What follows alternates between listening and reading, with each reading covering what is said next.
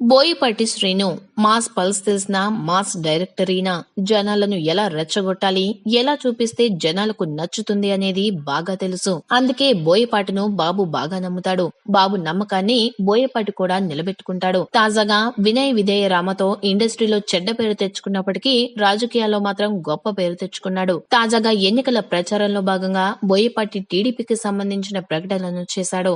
ఇప్పుడు ఈ ప్రకటనలకు జనాలు భారీ స్పందన వస్తుంది.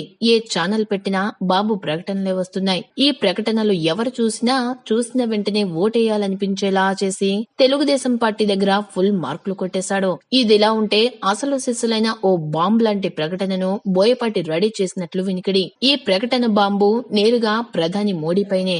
ఆయన ఈ రాష్ట్రానికి గుప్పెడు మట్టి, ముంతడు నీళ్లు తప్ప ఇచ్చిందేమీ లేదు అనే అర్థం వచ్చేలా ఈ ప్రకటనను సిద్ధం చేశాడట. ఎన్నికల పోలింగ్ కు 4-5 రోజుల ముందు ఈ ప్రకటనను వదులుతారని తెలుస్తుంది.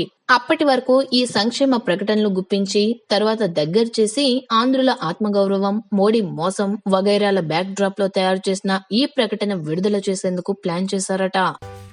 ఈ వీడియో కనుక మీకు నచ్చినట్లయితే లైక్ చేయండి, మీ ఫ్రెండ్స్ కి షేర్ చేయండి. ఇలాంటి మరిన్ని ఇంట్రెస్టింగ్ వీడియోస్ కోసం మా ఛానల్ ని సబ్స్క్రైబ్ చేసుకోండి.